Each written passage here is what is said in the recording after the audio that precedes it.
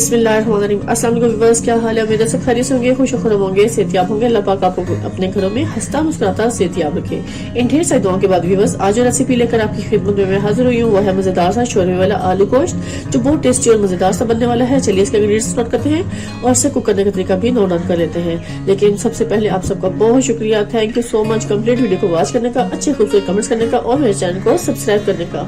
और जिन लोगों ने मेरे चैनल को सब्सक्राइब नहीं किया, kindly please easy cooking dash T है मेरे चैनल का नाम, इसको जरूर सब्सक्राइब करें और अच्छी खूबसूरत मजे मजे की रेसिपीज फॉलो करें। चलिए व्यूअर्स, अपनी रेसिपी की तरफ चलते हैं। देख रहे हैं कौन से किस मिकदार में हम इसमें इंग्रेडिएंट्स शामिल करेंगे। आलू गोश्त में कौन से स्पाइसेस किस मिकदार में और किस टाइम पे हम डालेंगे इसको टेस्टी और मजेदार बनाने के लिए। इसके इंग्रेडिएंट्स नोट करते हैं।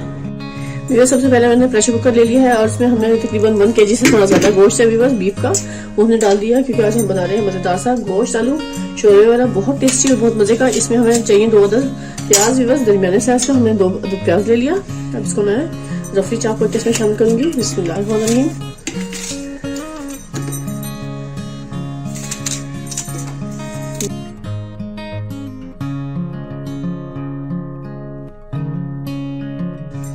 इस पैन पे 2 अदद फ्रीज किए हुए टमाटर है व्यूअर्स, मैंने ऐसे ही इसमें शामिल कर देने हैं।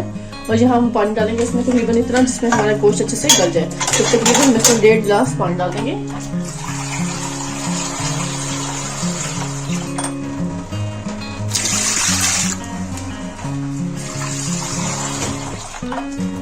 ये हमने तकरीबन 1.5 गिलास के करीब इसमें पानी शामिल कर दिया है। अब इसमें हम डालेंगे ड्राई स्पाइसेस। यहाँ व्यूअर्स मैं डालूंगी सॉल्ट, इसमें 1/2 टेबल स्पून हमने सॉल्ट डाल देना इसमें।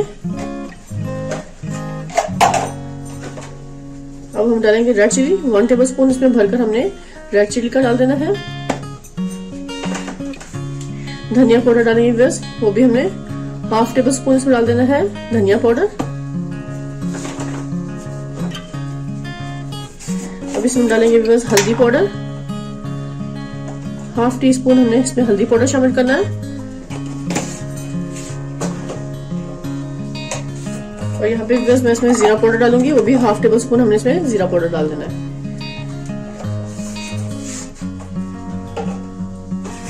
यहाँ पे हमने ड्राई स्पाइसेस डालने हैं व्यूअर्स, छोटी इलायची, दालचीनी और ये ब्लैक पेपर साबुत हमने डाल देना है। 1 टेबल स्पून से थोड़ा सा कम इसमें डाल देंगे। 1-2 लौंग डाल देंगे इसमें, इससे बहुत मजे का फ्लेवर आएगा।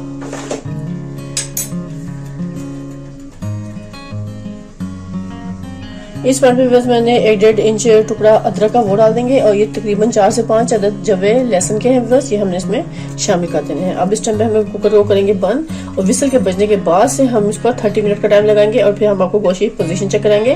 टेस्टी मजेदार सा आलू गोश्त शोरमे वाला तैयार कर रहे हैं, बहुत ही मजेदार सा। विसल बजना शुरू हो गया है, इसके बाद 30 मिनट का टाइम नोट करेंगे और उसके बाद गोश्त की पोजीशन चेक करेंगे कि क्या पोजीशन है गोश्त की, और टेस्टी मजेदार सा बनाएंगे गोश्त का भी। इस समय 30 मिनट हो चुके हैं, फ्लेम को कर देंगे बंद और उसकी विसल को हटा देंगे और बहुत अच्छे से स्टीम से रिमूव करेंगे। जैसे इसकी स्टीम खत्म होगी फिर के बाद हम आपको चेक करेंगे गोश्त किस पोजीशन पे है। ये देखिए बस पानी का काफी हद तक खुश्क हो चुका है। अब इसको मैं अच्छे से खुले बर्तन में शिफ्ट कर दूंगी ताकि आपको अच्छे से दिखा सकूं कि हम इसकी अच्छे से बुनाई करेंगे। फिर उस पे मैंने कढ़ाई ले ली है, इस कढ़ाई में इसको फ्राई करेंगे।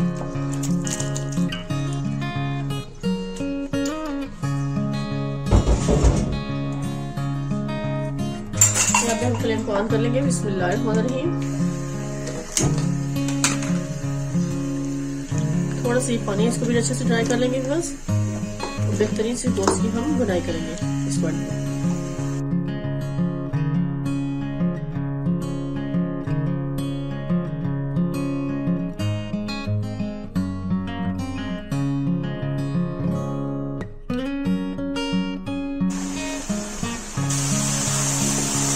पानी काफी हद तक खुश्क हो चुका है। अब इसमें मैं ऑयल डाल दूंगी ताकि ऑयल से हम इसकी अच्छे से बुनाई कर लें। इसमें 2 बड़े खाने के चम्मच ऑयल डालेंगे।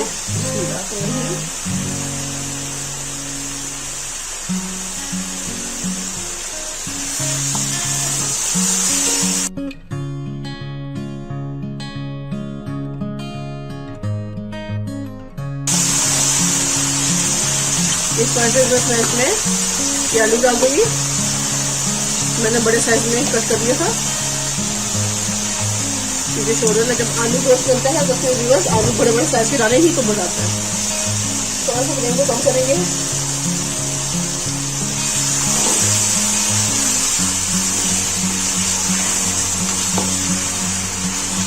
इस तरह के सालन में व्यूअर्स रोटी को चूरी खाने का तो अपना ही एक मजा है। तो मैंने आज इसलिए आपके साथ ये रेसिपी भी शेयर कर ली। बहुत इजी और आसान रेसिपी है। इसको जरूर आपने इसी तरह स्टेप बाय स्टेप फॉलो करेंगे तो आपका भी पोस्ट आलू बहुत मजे का बनेगा।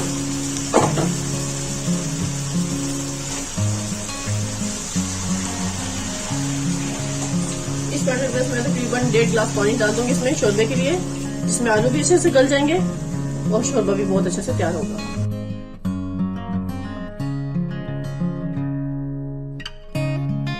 अब इस टाइम पे मैं इसको कवर कर दूंगी और 5-7 मिनट इसको पकने के लिए छोड़ूंगी जब तक कि आलू अच्छे से गल ना जाए।